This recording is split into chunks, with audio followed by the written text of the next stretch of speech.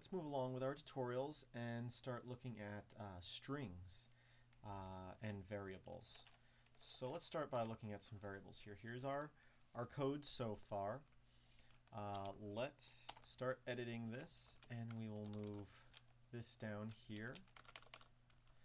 And what we're going to do is I'm going to add a variable. I'll call it x. So we start off with $x and we say equals, and we'll say hello world just to keep things normal, and end that with a semicolon there. And then down here we can say echo, and we can echo $x and end that with a semicolon. We'll save that. We will refresh this page and hit F5, and you can see right here it says hello world.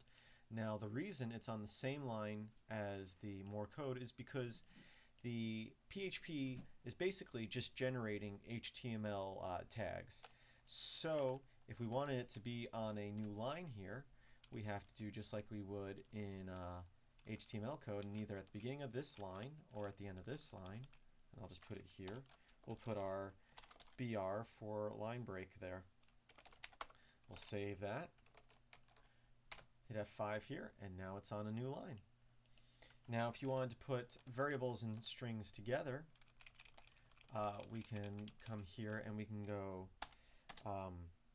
dot, and then in quotations put and more. I'm just making up stuff as I go along.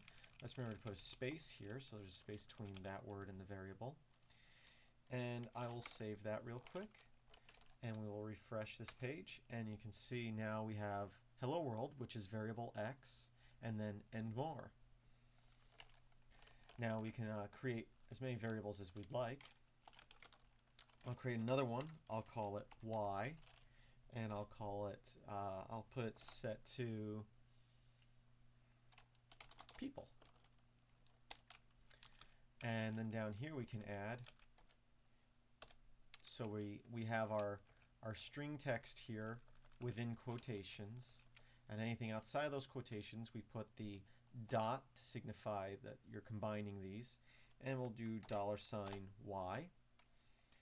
And now if I save that, I'll hit F5 here, and we have hello world, which is variable x, and more, which is our string, and people, which is our variable y. Other things we can do if we wanted to put those variables down here, because we have PHP code here, and then we have just some regular HTML here, and then we got more PHP code here. The variables will go from one to another. So if I was to come in here, I can put echo $x and end that with a semicolon. Save that, and I will refresh this page, and there we have hello world from variable x, which is in the first section of PHP code, but it also corresponds down to our second section of PHP code. And if we wanted to put two strings together directly, we can just put dot $y, but the issue with doing that is that we're not going to have a space between those words. So you can see hello world people with no space. So let's do this. We'll put a empty string in there. So we'll just put quotations, space, dot, and now this space inside these quotation marks will be the space between two variables. So let's have a look at that. There we go. So let's look over one more thing that we can do with strings here.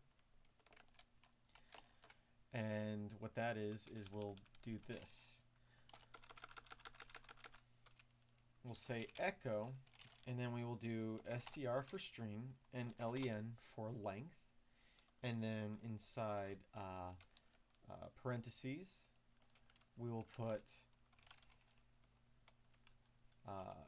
quotation, this is text. and we'll end the quotations and close the parentheses.